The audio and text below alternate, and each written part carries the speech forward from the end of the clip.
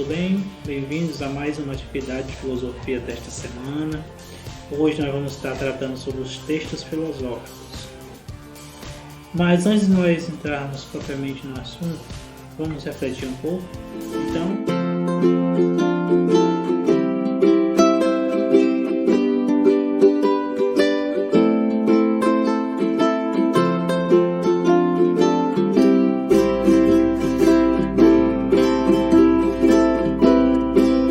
Os seres humanos são diferentes entre si.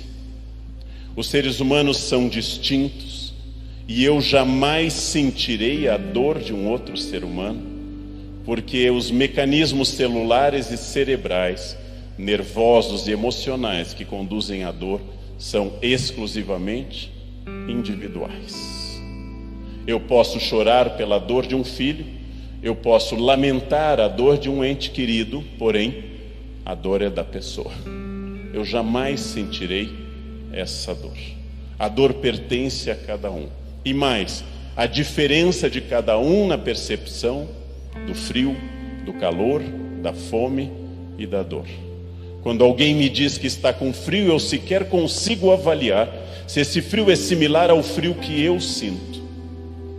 Talvez não seja. Nem o frio, nem a dor, sequer a alegria comunica qualquer coisa. Temos uma barreira institucional, uma barreira formal, uma barreira, vou usar apenas uma palavra complicada hoje. Em filosofia chamamos barreira epistemológica, uma barreira de acesso ao conhecimento do outro. Por isso que tanto a filosofia, quanto a psicanálise, quanto as religiões trabalharam esse difícil exercício do contato com a alteridade, do latim alterum, o outro, o contato com a diferença. Sempre foi complicado, piorou nos últimos anos. Empatia é um desafio muito grande. Ela pressupõe, em primeiro lugar, uma vontade de entender ao outro, de tirar um pouco da cegueira sobre o outro e aceitar, discutir e incorporar valores que pertençam ao outro. Empatia é um esforço. Então, voltando aqui ao nosso tema de hoje, os textos filosóficos, iniciemos com a seguinte pergunta: o que é um texto filosófico? Um texto filosófico é uma forma de exprimir os pontos de vista pessoais sobre um determinado assunto filosófico. Ou seja, pessoal, é a forma como você vai se manifestar. É a atitude que você vai ter diante de um determinado assunto filosófico, ok?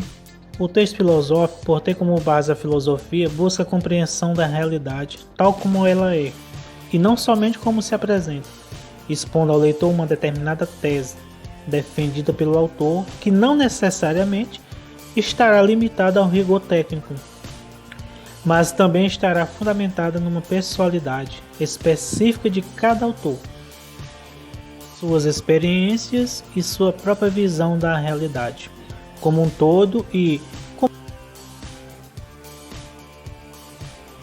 como ela afetará, permitindo então que suas vivências dessa realidade possam vir à tona. Portanto, da mesma forma que o texto filosófico necessita partir de um problema, como também refletir sobre esse problema, e por fim dar argumentos que justificam seu ponto de vista sobre esse problema, é de suma importância que o filósofo não seja escravo dessa cultura tecnicista exagerada, né? Como dizem isso para produzir bons textos, sendo capaz de encarar o problema como essa pessoalidade que é comum a todos os homens, mas nem todos exercitam, né? Para falar a verdade. E que talvez venha até a se transformar em originalidade, que não é necessariamente uma obrigação. Não é a obrigação do estudioso. Os primeiros filósofos gregos, em sua maioria, praticavam ensinamentos orais. Aqueles que produziam textos escritos geralmente utilizaram a forma poética. Havia também filósofos, como Sócrates, que se recusavam a escrever suas ideias. Consideravam a escrita inimiga da memória. Se escrevemos, já não precisamos lembrar. e isso enfraquece o pensamento.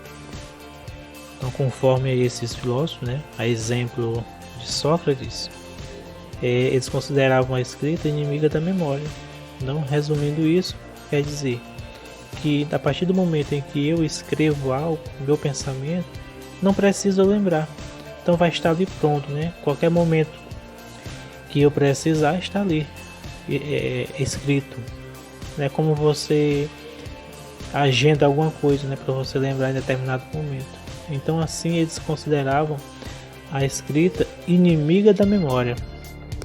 Em sua prática filosófica, Sócrates caminhava pelas ruas de Atenas, principalmente pela praça do mercado, onde circulava mais gente e conversava com as pessoas.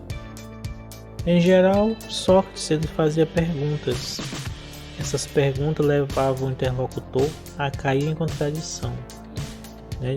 Então, naquele momento do diálogo, durante a conversa, devido a ele gostar de fazer tantas perguntas, que a outra pessoa, aquele pensamento inicial dela, que ela tinha como certeza verdadeira, né, uma certeza, já no final da conversa ele já tinha dúvida do seu próprio pensamento, devido, né, tantos questionamentos que Sócrates fazia, né? A prática de Sócrates era uma prática discursiva, né, baseada no discurso e dialógica, né? Isso baseada na conversa, no diálogo.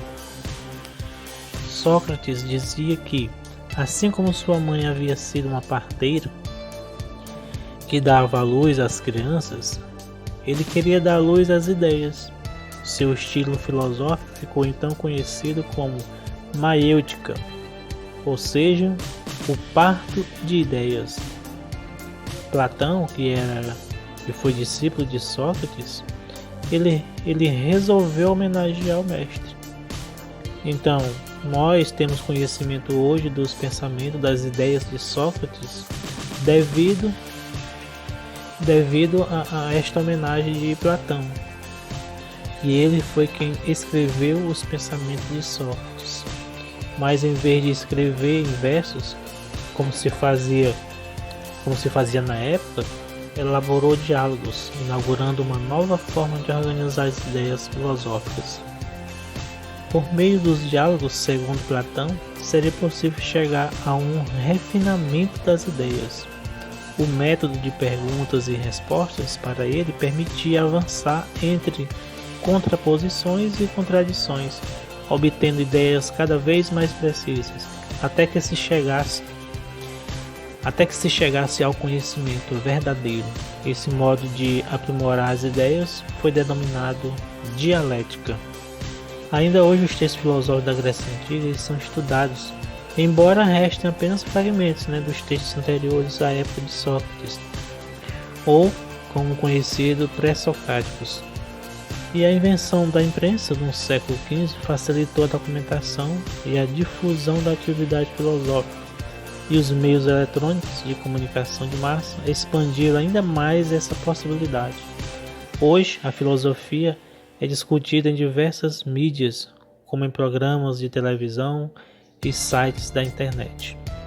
Mas, apesar de seus muitos anos, de história, a filosofia persiste na busca de entendimento motivada pela curiosidade e pelo desejo de compreender a vida e o mundo, sem ideias prévias, partindo sempre do zero.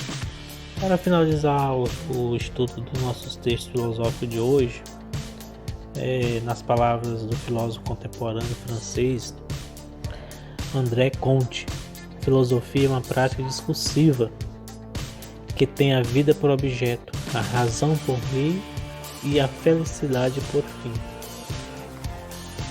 E aí, pessoal, chegando ao final de mais uma atividade desta semana, e eu vou estar deixando aí uma atividade para vocês estarem resolvendo e devolvendo no prazo combinado, ok? Então, um forte abraço e até a próxima atividade.